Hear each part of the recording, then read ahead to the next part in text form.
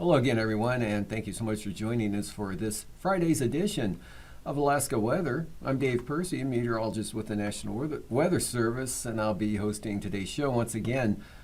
First graphic up is fire danger, and not much on it. Really not much different from yesterday, although around Dehne, no longer having that extreme area high fire danger, just barely getting into the high category there. On the Seward Peninsula, a couple of areas just to the east there, maybe the Kobuk Valley and possibly near Selawik, and then Yukon Flats, another three small zones barely reaching the high category, and into the high to very high category there in the that area shaded in the Susitna Valley. And moving on to hazardous weather graphic. No watches, warnings, or advisories are out around the state tomorrow and probably through the weekend as well. And that includes southern Alaska and the Panhandle.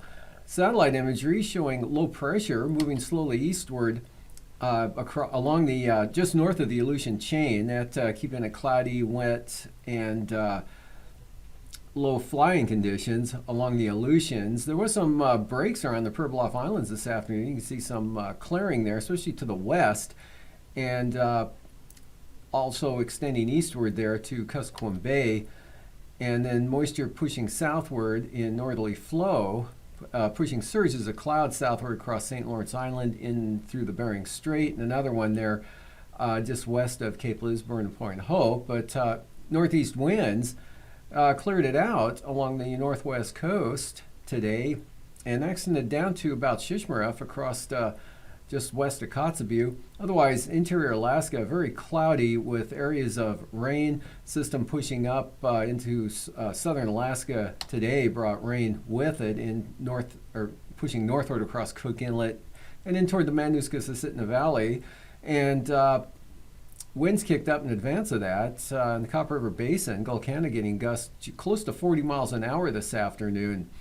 Otherwise, showers greatly diminished over the Panhandle during the afternoon hours today, and only a few hundredths of an inch reported in some areas and have ended in most locations. Not much in the way of any sunshine around the state, with the exception of the northwest there, where temperatures were in the 50s, but 70-degree readings were very few and hard to find at all today around the state. And on the chart, there's that weak low north of the Fox Islands, bringing the wet weather from Adak and Atka eastward across the Alaska Peninsula. That area of moisture pulling eastward there, so drying out over Bristol Bay, but not before king salmon picked up 0.4 of an inch of precipitation during the last 12 hours. And a few lingering showers around Kodiak Island, but the bulk of the moisture now up into the Kenai Peninsula, south central Alaska area. And as much as half an inch of rain fell around Iliamna Lake today. As I mentioned, king salmon picked up 0.4 of an inch, and areas of rain up into the central interior areas there, as well as the low pressure, as well associated with a low pressure area there east of the Nulato Hills and the trough extending northeast to the eastern Arctic coast, brought some areas of showers to those locations as well. Otherwise, Ninilchik and Seward picked up about 1/3 of an inch of precipitation in a 12-hour period ending at 3 p.m. this afternoon, while Caltag off to the west there had about 0.4 of an inch. And again, showers ending over the Panhandle. Forecast for tonight, that next front weakens into let's go back. Okay, as you can see, it weakens into a trough as it approaches the southeast coast. That'll push more rain in. Heaviest will be along the north coast there in the eastern North Gulf Coast and spread over the northern Panhandle, and that'll be lighter rain to the south with continued wet conditions, cloudy skies, south central Alaska, periods of rain, Kodiak Island, Alaska Peninsula, and moisture up the eastern interior, eastern half of the state, all the way to the eastern Arctic coast. A few breaks, continued dry conditions, weak high pressure on the western Arctic coast, and that'll result in light winds, low clouds and fog. Again, it could develop anywhere along the Arctic coast and the Bering Sea through the strait, with another high pressure zone there just north of the western Aleutians, and then that low pressure area tracks eastward across the Alaska Peninsula, Periods of rain and fog from False Pass all the way up to possibly Pilot Point. And for Saturday, first day of the weekend, looks wet across southern Alaska from Bristol Bay eastward into the Copper River Basin and northward into the interior. It'll be more showery. Some of those showers could be on the moderate side there in the anywhere from the upper Tanana Valley all the way up into the Yukon Flats and the Brooks Range. More of a light shower condition there on the east side. Arctic coast, light winds, low clouds, fog. Same thing for the North Slope. Could see some clearing again over the western North Slope and again the Noatak Valley, possibly Kivalliq, but winds are going to be much lighter, so that'll allow the low clouds and fog to increase over the Chukchi Sea. Cloudy skies, maybe a few sun breaks for St. Lawrence Island as well as on Alaska Island. That's about it as far as any clearing goes. Look for moderate rain, Kodiak Island, southern Kenai Peninsula, across southern Cook Inlet and the eastern slopes of the western Alaska Range.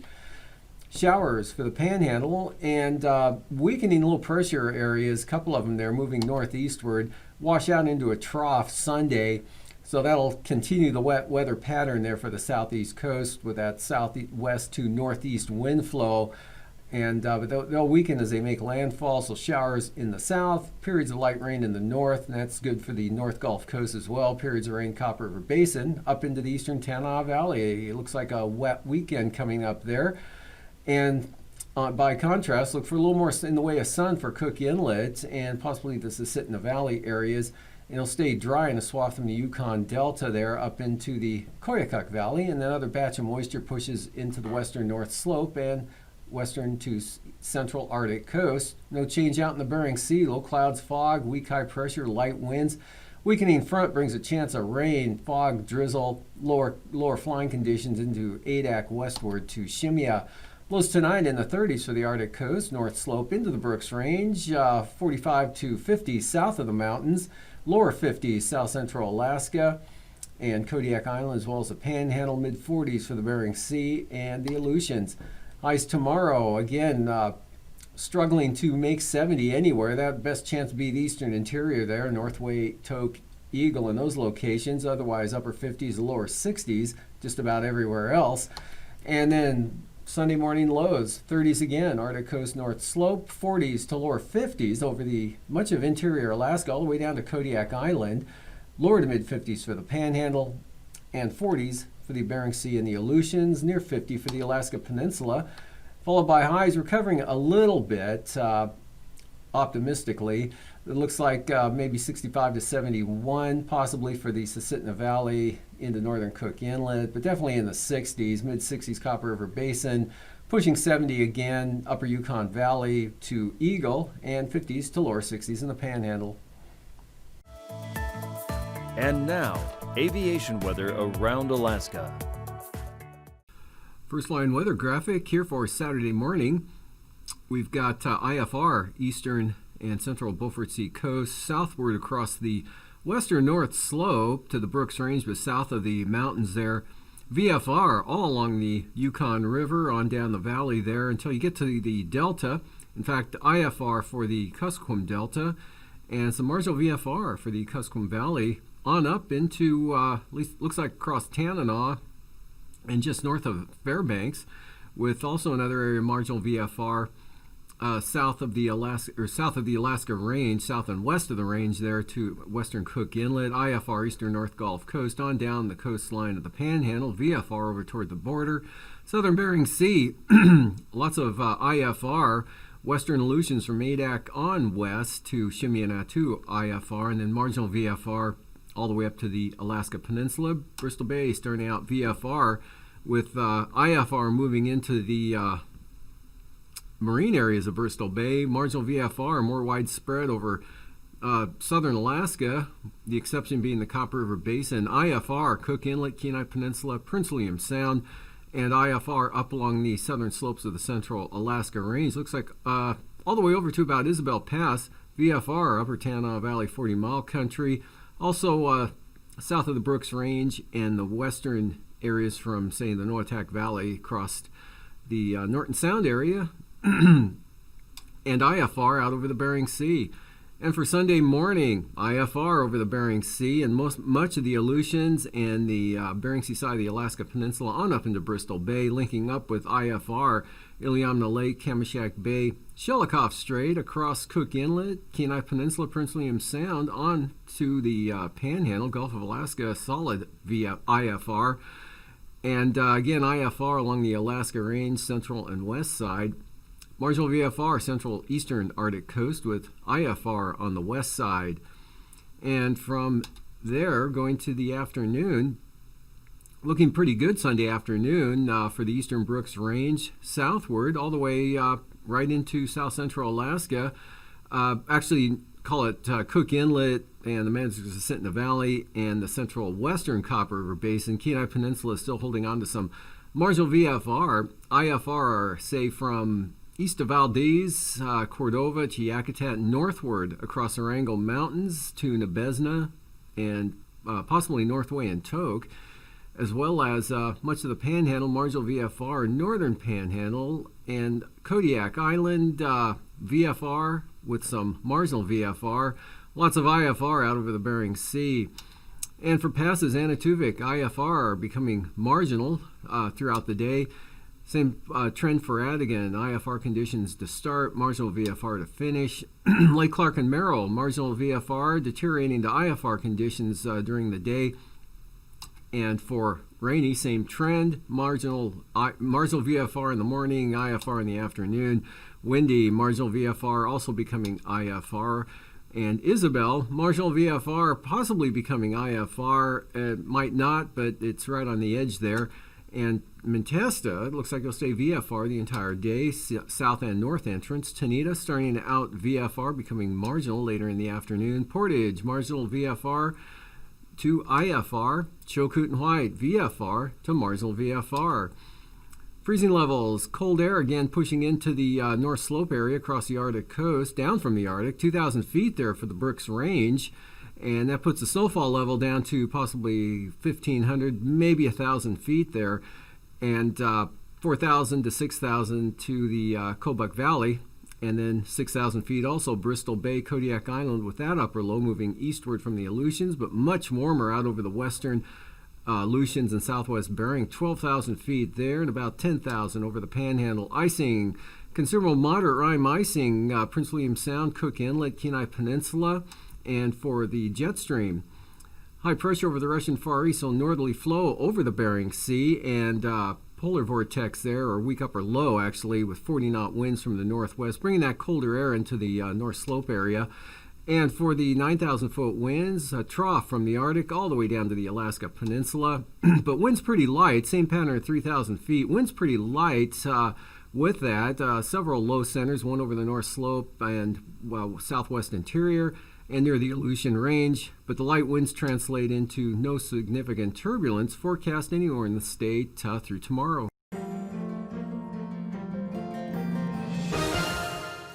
Welcome back to another edition of Alaska Weather Facts. I'm meteorologist Dave Snider, and joining me once again is Eric Stevens from the Geographic Information Network of Alaska, or GINA, based at the University of Alaska Fairbanks. Eric, welcome back to the show.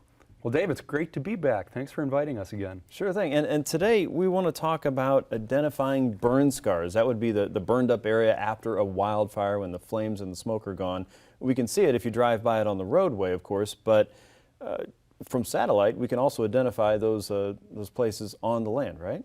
You know it. You know that expression, ouch, that's going to leave a mark? Yeah. After you bang your knee getting out of the car. Oh, yeah. Well, the ouch, it's going to leave a mark, that also applies to the landscape. Whenever a wildfire ravages through, it's going to leave a mark on the landscape. After a wildfire burns out, this is called a burn scar. Okay.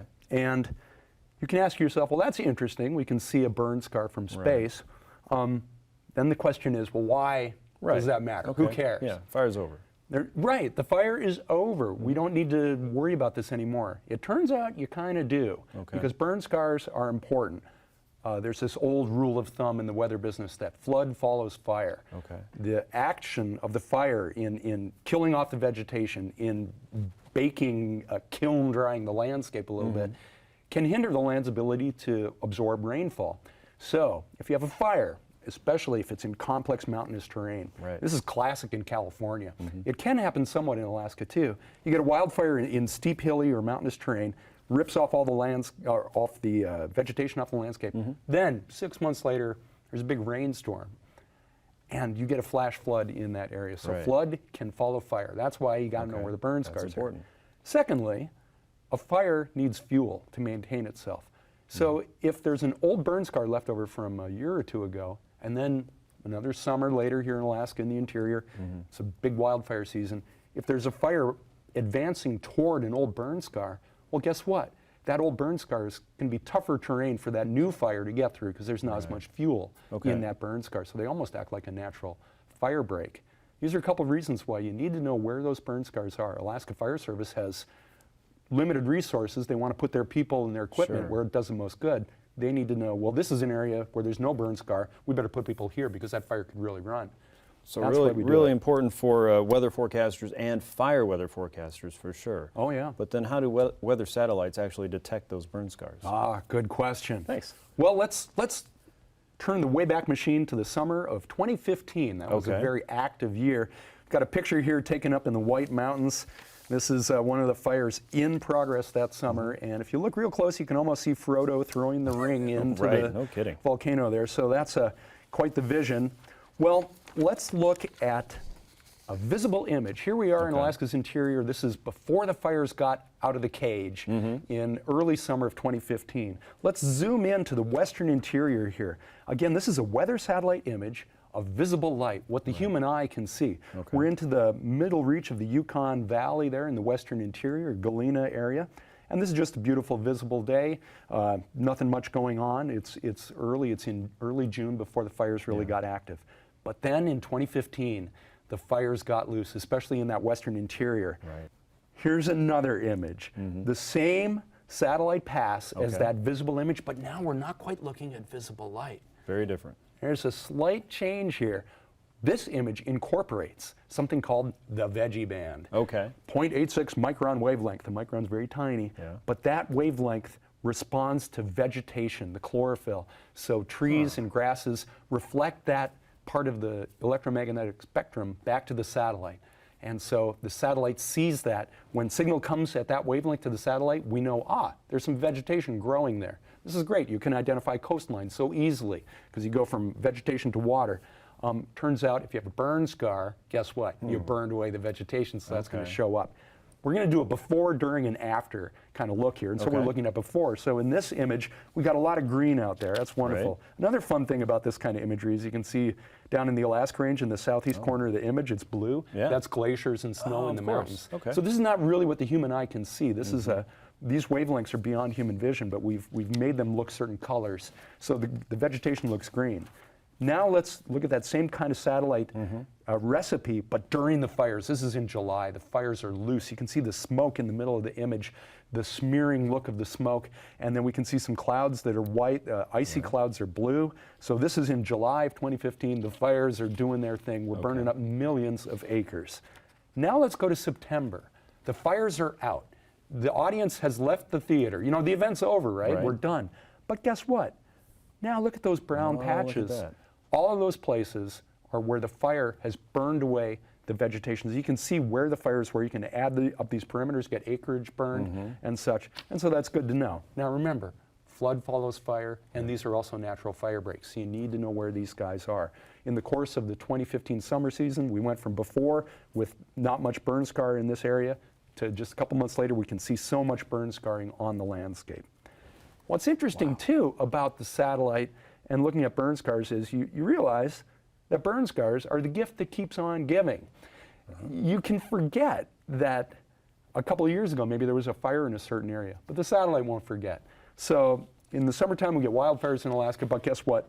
In the visible imagery here we can see the burn scars just a little bit, but they're not as prominent as in that veggie band. But then you can't see them at all if you cover them up with snow, right? Exactly. So here's an image from the middle of the winter time, and snow on the ground by this recipe looks blue. Again, these are wavelengths of light that the human eye can't really see. We're getting up into the infrared, near infrared, and the way we've assigned colors is if there's snow on the ground or there's a glacier, it looks blue, kind of intuitive. So this is early April of the following year, 2016.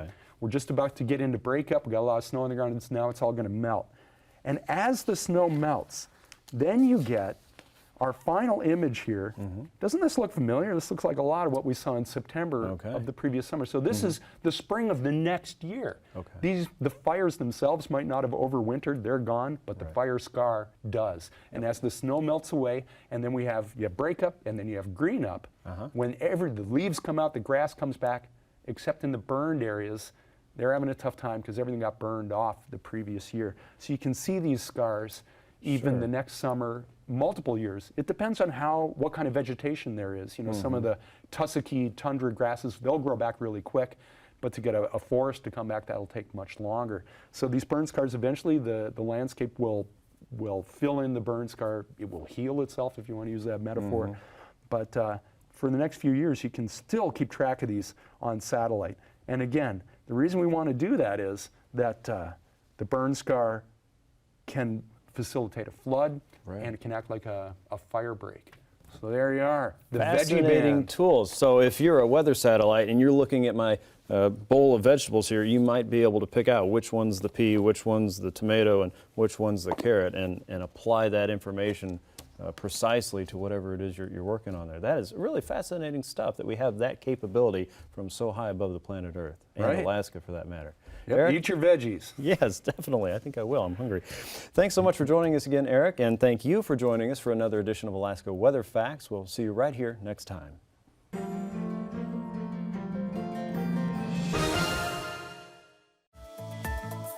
And now, marine weather around Alaska. Welcome back. Looking at today's sea ice analysis. Still melting, a little less there east of Wrangel Island than there was yesterday. Sort of noticeably different. Although the eastern Beaufort Sea coast, the main pack ice there seems to be a little bit shade farther to the north than yesterday. And the trend for the next 5 days will be continued slow melting. And from there, we'll move to coastal water forecast for the Panhandle. On the south coast, south to southeast winds 10 to 15 knots, 3 to 4 foot seas. North coast, south 15. Lynn Canal, southeast 20 knots. Same thing for Clarence Strait. Winds will be out of the southeast at 20. And Stevens Passage, southeast winds 15. And for Sunday, Stevens Passage and Lynn Canal, south winds 20 knots, 4 foot seas. Small craft advisories for Clarence Strait. Southeast winds coming up to 25 knots with 5 foot seas. South 25 along Prince of Wales Island coast there for small craft advisories and 9 foot seas. Also for the north coast, winds will be southerly at 25 knots with 9 foot seas. Prince William Sound, east winds at 20 tomorrow.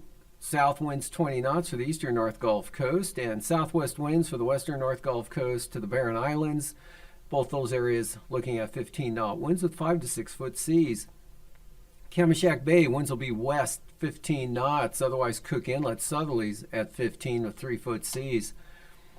And for Sunday, south to southwest winds 15 knots, seas 4 feet, light west winds for Kamishak Bay, and west 15 for the Barren Islands, turn southwest 15 western North Gulf Coast, and then those turn south at 10 there around Middleton Island. And also for Prince William Sound, south winds 10 knots with slight seas. And for the Kodiak Island zone, looking at southwest winds at 20 knots, and that wind pattern extends all the way down to Castle Cape. And from Castle Cape to Cape Sarachev, winds will be northwest at 20 knots, and the Bering Sea side of the Alaska Peninsula north at 15, while Bristol Bay will be looking at westerly breezes at 15 knots with 3 foot seas. And for Sunday, no change for Bristol Bay, still winds out of the west at 15 knots, and northwest 15 there for the Bering Sea side of the Alaska Peninsula. South side, west 15 knots, Castle Cape to Sitkinak, and up the east side of Kodiak Island, including Shelikof Strait, winds will be southwest at 15. And for for Unalaska Island, northwest winds 20 knots with 5 to 8 foot seas. And Unmak Island, more of a westerly 15 to 20 knot wind condition tomorrow with 5 to 8 foot seas as well. Adak and Atka, light winds, southwest 10 to 15 knots. And from Adak to Amchitka, southeast 20. Small craft advisories come into the far western Aleutians as those winds pick up to 25 knots from the east. And the outlook for Sunday, small craft advisories from Amchitka to Shemya, Southeast winds 25 knots, 8 to 9 foot seas. Adak and Atka, southeast at 20. And for Nikolsky, Unmak Island, east-southeast 15 knots. Unalaska Island, westerlies 10 to 15. Northwest or southwest coast, winds will be northwest 15 to 20 knots, strongest along the Yukon Delta coastline. Pribilofs west at 15, northwest 15, St. Matthew Island, north 20 for St. Lawrence Island. Those will turn westerly at 20 knots for St. Lawrence Island on Sunday. And small craft advisories now, west winds 25 knots for the Yukon Delta coast. St. Matthew Island, also small craft advisories for southerlies 25 knots. Southeast 15 for the Pribilofs and the Kuskokwim Delta coastline, west at 15. And for the area from Wales to Cape Thompson, look for north winds at 15 knots, and then north 15 from Cape Thompson to Cape Beaufort. Western Arctic coast, southwest at 10, turn westerly at 10 the central coast, northwest 15 on the east side, and then 20 knot winds, Kaktovik to Demarcation Point. Those will swing around to the east at 15 on Sunday. In fact, the entire eastern stretch there will be east, southeast 15 knots, central coast south 15, southwest 20 knots for the west side all the way to Cape Thompson, actually southwest 20 all the way to Wales. And for tonight, high pressure on the western Arctic coast, light winds there, as well as the Bering Sea.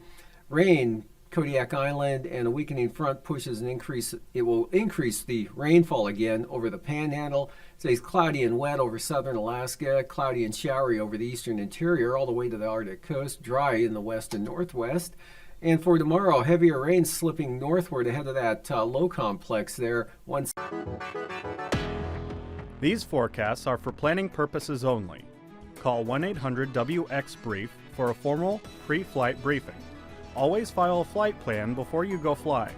The U.S. Coast Guard Auxiliary urges you to leave a float plan with a friend or the harbor master before you go boating.